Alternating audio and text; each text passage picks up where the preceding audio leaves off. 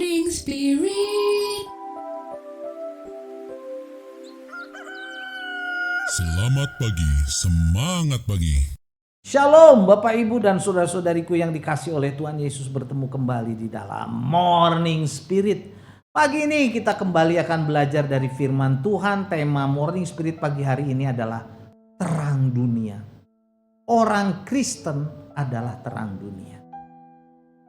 Tuhan Yesus mengatakan bahwa orang Kristen adalah terang dunia, yang artinya saudaraku bahwa setiap orang Kristen dapat menjadi berkat dan saksi Kristus bagi dunia yang dikuasai oleh kegelapan dosa dunia. Matius 5 ayat 14 sampai 15 berkata, "Kamu adalah terang dunia. Kota yang terletak di atas gunung tidak mungkin tersembunyi. Lagi pula orang tidak menyalakan pelita dan meletakkannya di bawah gantang, melainkan di atas kaki dian, sehingga menerangi semua orang di dalam rumah itu." Wow, saudaraku ya, kita sudah familiar dengan ayat-ayat ini. Nah, saudaraku, firman Tuhan menjelaskan kepada kita yang harus kita selalu ingat, hakikat yang mulia, agung begitu ya, bagi setiap orang Kristen yang sudah percaya kepada Tuhan Yesus. Tuhan Yesus menjelaskan dalam ayat-ayat ini bahwa orang Kristen adalah terang dunia. Yang sebenarnya ini adalah hakikat Tuhan sendiri yang adalah terang dunia. Dalam Matius 9 ayat yang kelima, saudara berkata, "Selama aku di dunia, akulah terang dunia." Tetapi setelah Yesus naik ke sorga, kitalah terang dunia. Jadi dalam Matius 5 ayat 14 sampai 15, Tuhan Yesus berkata, orang Kristen adalah terang dunia. Bila kita menggali kebenaran firman Tuhan dari Matius 5 ayat 14 sampai 15, kita akan tahu saudaraku apa artinya kita sebagai orang Kristen yang adalah terang dunia. Mari kita pelajari saudaraku. Ada 3 kebenaran. Yang pertama, orang Kristen adalah terang dunia. Artinya apa? Hidup orang Kristen itu dapat menerangi kegelapan. Dapat menerangi kegelapan dunia ini, saudaraku. Nah, saudaraku, dalam ensiklopedia dijelaskan bahwa pada zaman dahulu rumah-rumah di daerah Israel itu sangat gelap. Karena apa? Mereka biasa rumahnya hanya punya satu jendela kecil, ukurannya itu 30 sampai 40 cm lah begitu ya. Nah, masyarakat saat itu mempunyai pelita yang dipakai berbentuk seperti perahu kecil diisi dengan minyak dan dikasih sumbu yang terapung. Nah, biasanya pelita ini diletakkan sudah di sebuah kaki dian ya, yang kecil begitu, yang terbuat dari potongan dahan kayu, sehingga pelita itu terlihat jelas dan menerangi ruangan. Nah, saudara, sejajar dengan gambaran ini Tuhan Yesus menjelaskan kehidupan orang Kristen adalah kehidupan yang bisa menerangi kegelapan di sekitarnya. Kehidupan orang Kristen harus nyata, terlihat, memberkati, tidak tersembunyi. Orang Kristen harus mempunyai inisiatif, menerangi, saudaraku, berinisiatif menjadi terang bagi dunia. Bukan tertutup gitu ya.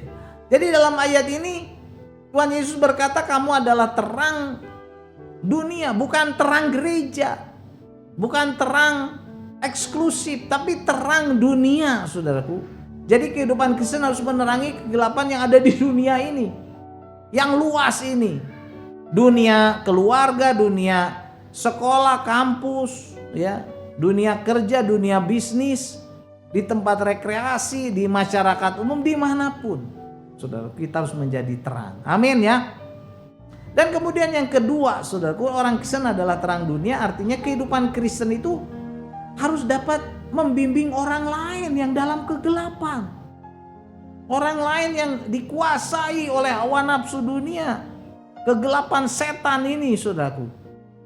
Ya, jadi saudaraku, di pelabuhan, baik di laut maupun di pelabuhan pesawat terbang, saudaraku ya, bila malam-malam itu ada lampu-lampu yang bersinar.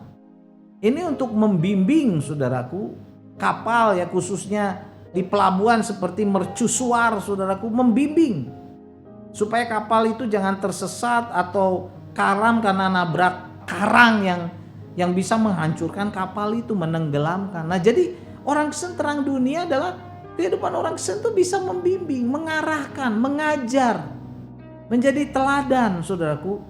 Supaya orang jangan celaka, supaya orang jangan masuk neraka, supaya orang jangan hidup dalam kegelapan dosa. Kita harus menjadi saksi, menjadi terang yang bisa membimbing. Membimbing orang kepada sorga yang kekal, membimbing orang kepada berkat rohani, membimbing orang kepada Yesus, sumber keselamatan, bukan malah menyesatkan. Ya, banyak orang Kristen bukan menjadi pembimbing, malah penyandung, saudaraku, penyesat bahkan. Nggak boleh. Ya, terang itu adalah untuk membimbing orang supaya bertemu dengan keselamatan, dengan berkat dari Tuhan Yesus. Amin ya. Jadi kita adalah pembimbing untuk orang-orang yang dalam kegelapan. Kemudian yang ketiga, saudara, orang Kristen adalah terang dunia. Artinya apa? Terang kehidupan orang Kristen itu dapat memberi peringatan, alarm, saudaraku. Terang itu sering menjadi peringatan agar orang itu berhenti. Oh, di depan ada bahaya. Berhenti, lampu merah. Ya, lampu hijau jalan, lampu kuning hati-hati. Nah, orang Kristen itu sebagai terang bagi dunia ini, di mana kita mempunyai tugas dan pelayanan untuk memberikan peringatan kepada orang lain, kepada keluarga kita, kepada teman kita.